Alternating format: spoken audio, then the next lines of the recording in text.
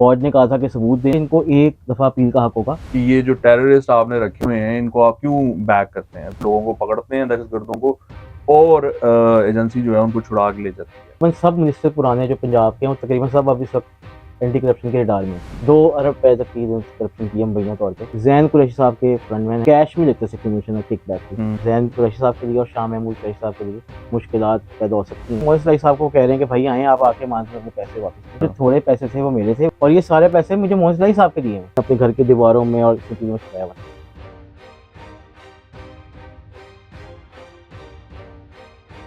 सच कब में खुशामदीद। मेरा नाम है वकास हबीब राना, मेरे साथ मौजूद हैं हसन नकवी। आज हम जिन टॉपिक्स पे बात करने जा रहे हैं वो ये हैं कि जनरल बाजवा का जो तीसरा पार्ट है इंटरव्यू का, शायद मेतला के साथ, वो कल उसका वो पब्लिश हुआ है, सो हम उसको डिस्कस करेंगे। और शाह महमूद कुरैशी और जैन कुरैशी के फ्रंट मैन जो हैं वो सामने आए हैं एंटी करप्शन की तरफ से, विल डिस्कस दैट। और एक साहब पाकिस्तान में पंजाब में बैठ के मोने सलाई से ये रिक्वेस्ट कर रहे हैं कि भाई जल्द से जल्द वतन वापस आओ और अपने करोड़ों रुपए अपनी तहवील में लो। तो वो भी क्या माजरा, वो भी हम डिस्कस करेंगे। अच्छा, तो हसन, अब आपको पता है जनरल बाजवा का इंटरव्यू एक हुआ है और वो पार्ट्स में छप रहा है, तो यार उसमें आप वकास साहब से इंटरव्यू कह रहे हैं, वो कहते जिन्होंने किया ना वो कहते हैं वो जर्नलिस्टिक इंटरेक्शन है, वो इंटरव्यू ना कहें। चले वो जो भी कहें, लेकिन वो उसमें सवाल लिखे हुए हैं, जवाब लिखे हुए हैं, तो तो अगर वो इंटरव्यू हो इंटरव्यू गया, नहीं है तो फिर वो क्या है। इंटरव्यू ही है। तो वो इंटरव्यू है और उसको अभी उसकी लेटेस्ट जो है वो एडिशन उसका छपा है, उसमें कुछ बातें हुई हैं वो नवाज शरीफ की नाअहली के बारे में। तो जरा बताएं ना डिटेल्स, क्या जनरल बाजवा ने बताया है हमें। जनरल बाजवा ने उनको कहा जी मैं तो नवाज शरीफ साहब की बड़ी इज्जत करता हूँ, उन्होंने मुझे हम्म। आर्मी चीफ बनाया था, तो कुछ फैसले अदलिया खुद करती है, हर चीज़ हमारे कहने पे नहीं करती। और हम्म। खोसा साहब जो हैं हम्म। उनका खुद भी ज़ाती अनाज था शरीफ खानदान से, क्योंकि हम्म। जो नवाज शरीफ साहब के छोटे भाई हैं और इस वक्त मौजूदा वज़ीर आज़म पाकिस्तान के, उन्होंने उनकी हमशीरा को तलाक दी थी, तो वो बात ग्रज थोड़ा सा कहते हैं वो भी है।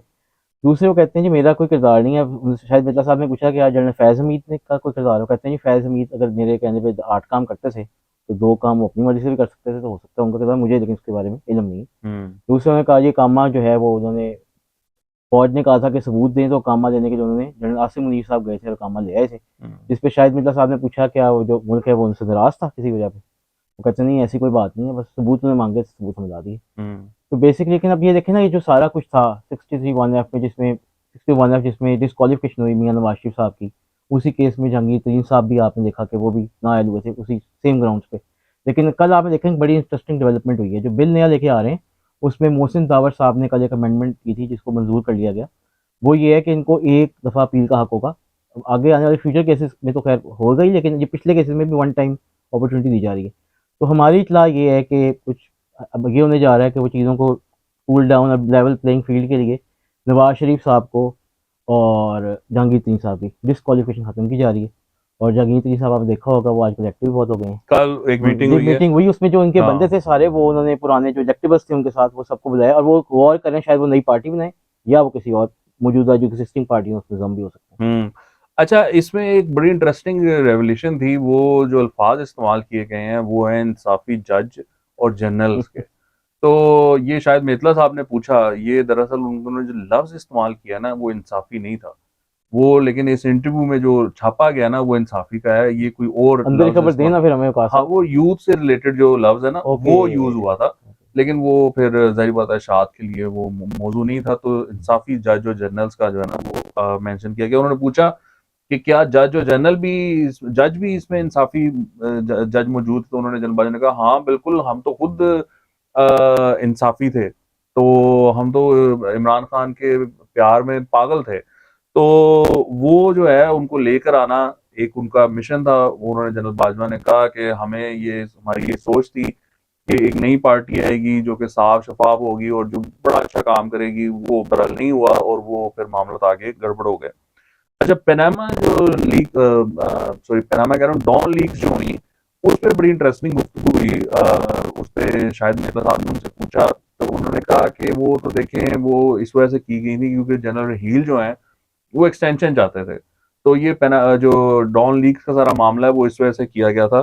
तो उन्होंने कहा कि उसमें एजाज चौधरी ने जो ये बात की थी कि जी जो ब्रीफिंग दी थी ना, पनामा जो डॉन लीक्स थी वो थी यही बेसिकली कि एजाज चौधरी ने वहां पर कहा था कि जो है ना वो हम जो दुनिया है ना वो हमसे पूछती है कि ये जो टेररिस्ट आपने रखे हुए हैं इनको आप क्यों बैक करते हैं, तो उधर शहबाज शरीफ साहब ने भी ये कहा था कि हम लोगों को पकड़ते हैं दहशतगर्दों को और एजेंसी जो है उनको छुड़ा के ले जाती है। ये बेसिकली डॉन लीक्स थी। तो जनरल बाजवा ने उसके बारे में कमेंट करते हुए उन्होंने कहा कुछ भी नहीं था, इतना कोई मसला नहीं था, लेकिन वो क्योंकि पहले बना हुआ था और जनरल रहील शरीफ को एक नारा दिया गया था अकाउंटेबिलिटी का, इंसाफ का, तो वो करप्शन के खिलाफ जद्दोजहद का, तो वो जब डॉन लीक्स हुआ तो वो एक एक वो बयानिया चल रहा था, मेरे पे बड़ा प्रेशर था, मैं जहां पर भी जाता था आर्मी चीफ बनने के बाद तो जूनियर अफसर जो थे वो पूछते थे कि भाई ये आप डॉन लीक्स पे क्या हो रहा है, डॉन लीक्स पे क्या हो रहा है। और फिर ऑफ कोर्स इन्होंने इनका एक एग्रीमेंट हुआ कि इस तरह करके वो कोई नोटिफिकेशन हो जाएगा, वो नोटिफिकेशन नामुकम्मल था। इन्होंने ये कहते हैं कि मैंने जनरल आसिफ गफूर को कॉल की, who was the DGIASPR at the time, और उनको कहा अंग्रेजी में गुस्से में कहा कि ये इन्होंने क्या किया है, इनको कहो कि पूरा नोटिफिकेशन जारी करें। और जनरल आसिफ गफूर ने अपने तई वो ट्वीट कर दी जो था नोटिफिकेशन इज रिजेक्टेड। तो वो बताते हैं कि जी वो उन्होंने खुद से ट्वीट कर दी थी और फिर वो वजीर आजम को मिलने गए और फिर उन्होंने वो ट्वीट वापस लिया बिकॉज ही थॉट के 2 दिन बाद वजीर आजम चाइना जा रहे हैं तो वो बुरा लगे अगर वो वहां पर इस तरह जाएंगे कि मुल्क में अपनी आर्मी तो संभाली नहीं जा रही और हमारे पास आए हुए हैं। तो वो उसका था।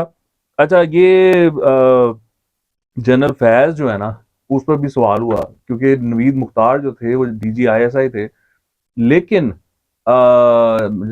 शाहिद मेतला ने उनसे पूछा कि जनरल फैज ज्यादा ताकतवर थे तो उसकी वजह क्या ये थी कि आपने उनको ताकतवर बनाया हुआ था। तो जनरल बाजवा ने ये बात को एक्सेप्ट करते हुए कहा कि हाँ मुमकिन है, तो हम पे भी तो इमरान खान को लाने का भूत सवार था, ये अल्फाज उन्होंने इस्तेमाल किए। तो जनरल फैज जो थे उस प्रोजेक्ट को लीड कर रहे थे, तो शायद इस वजह से जो आर्मी चीफ थे वो DGISI को बाईपास करके DGC जो कि उस टाइम जनरल फैज थे उनके साथ मिलकर वो सारा प्रोजेक्ट जो वो आगे चला रहे थे। सो इसमें बड़ी इंटरेस्टिंग ये मतलब सेलिएंट फीचर्स हैं इस सारे इंटरव्यू की, और भी बातें हैं, लेकिन ये जो है ना वो सारी दास्तान है जो कि बड़ी ना अजीब सी है और अनफॉर्चुनेट है, और जब आप पढ़ते हो आप देखते हो कि यार ये क्या क्या इसमें मामला आता है। अभी इसके और भी पार्ट्स आने बाकी हैं, चूंकि मैंने तो वो पूरा पढ़ा हुआ है उसको लेकिन सारा। उसमें आपने देखा नवाज शरीफ साहब के बारे में जनरल बाजवा ने ये भी कहा है हाँ। कि नवाज शरीफ साहब से बड़ी गलतियां हुई हैं पैनमा के मामले में। उस पर उनको कहा गया था कि आप ये फौज के जो बंदे हैं ना उनको JIT में ना शामिल करें, हम्म। लेकिन और चौधरी निसार साहब ने भी मन को मना किया था, लेकिन नवाज शरीफ साहब को लगता था कि मुझे मेरे पास डॉक्यूमेंट्स पूरे हैं और शायद मुझे क्लियरेंस मिल जाएगी हम्म। और फौज का ठप्पा भी लग जाएगा कि जी फौज की तरफ से क्लियरेंस, तो प्रॉपर क्लियरेंस होगी। ये बहुत भी बहुत सारे इंकशाफात ऐसे हैं। हसन, इसमें जो हुसन है ना हमारे मुल्क के सिस्टम का वो क्लियर ये है कि आर्मी चीफ ये पैगाम भिजवा रहा है प्राइम मिनिस्टर को कि तुसी ना रिजाइन कर दो, रिजाइन करके ना ते घर चले जाओ ताकि आप नाअहल ना हो। कि उन्होंने कहा मैंने बहुत मुखलिसाना ये मशवरा दिया था।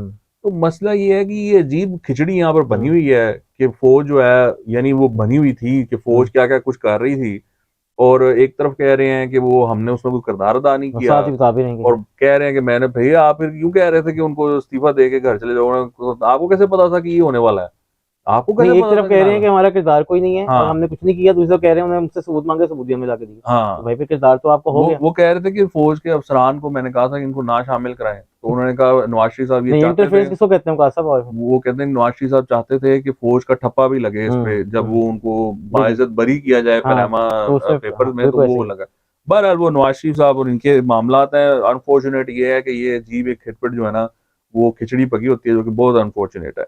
अब ये बताएं कि हमारे जो हैं वो पंजाब में लोग धड़ाधड़ पकड़े जा रहे हैं, कहानियां ऐसी ऐसी सुना रहे हैं, मैं तो बड़ा हैरान हुआ हूँ कि चल क्या रहा है। मतलब कोई कह रहा है कि जी मैंने ये किया इसके लिए, कोई कह रहा है मैंने वो किया इसके लिए।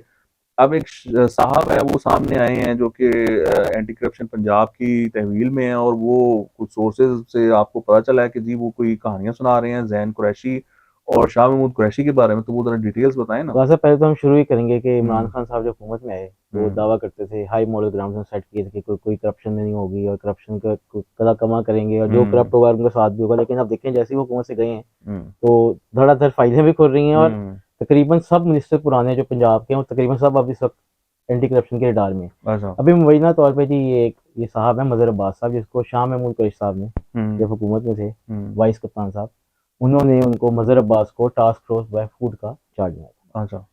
ये साहब जो हैं उनकी डॉक्यूमेंट्स कुछ ज़राए ने बताया है हमें एंटी करप्शन के कि उनके हाथ ये मुल्तान से हैं मुल्तान से हैं जी, और मुल्तान ये डीजी जो जो एंटी करप्शन मुल्तान है उनकी उन- तहवील उन- में। जी उनकी तहवील में। बिल्कुल और सही। ये सीन ये है कि उनको पास जो है ना जी हम्म, 2 अरब रुपए तक की करप्शन की है मुबैना तौर पे। अच्छा। और ये करते ये थे, इनका जो तरीका वारदात थी वो ये थी कि 645 रुपए की जो आटे की बोरी थी, हम्म, ये 1100 में फरोख्त करते थे।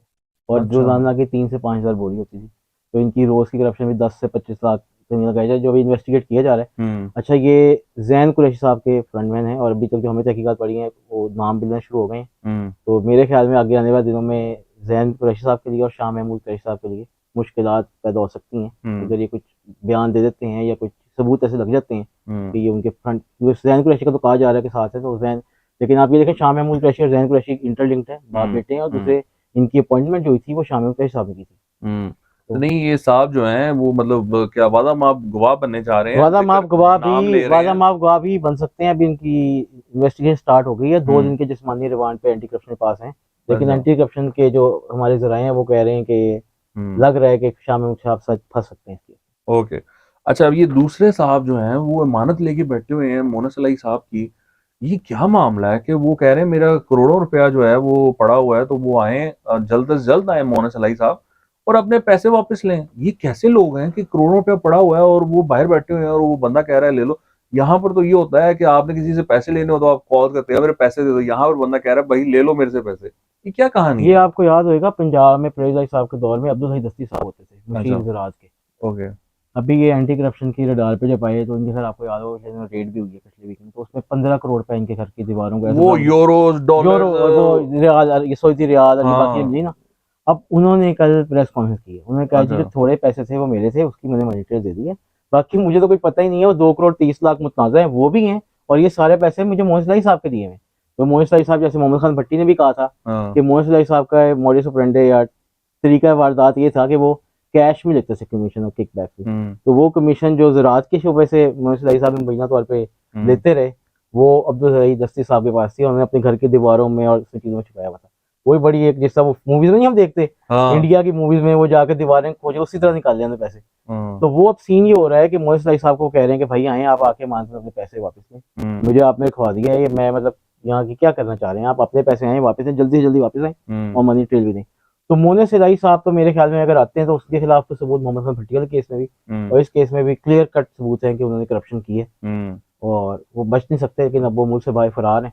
अब मैं एंटी करप्शन के कुछ काम कह रहे हैं, कोशिश करेंगे कि शायद रेड वारंट के थ्रू या किसी तरीके से उनको गिरफ्तारी की कोशिश की जाए। अभी ओके। देखते हैं कि अभी ये it's too early to say that. तो ये जो दस्ती साहब के घर पे रेड हुई थी, ये मोहम्मद खान भट्टी के साथ लिंक थी, जो मोहम्मद खान भट्टी से इन्वेस्टिगेशन हो रही थी? मोहम्मद खान भट्टी से इंटरलिंक ये वाली भी थी और चीजें भी लिंक, क्योंकि केसेस सारे इंटरलिंक ही है ना। तो आज के लिए इतना ही। आप अपना जो कमेंट है वो जरूर करें और अपनी राय से हमें जरूर आगाह करें। आपके देखने का बहुत शुक्रिया। खुदा हाफिज।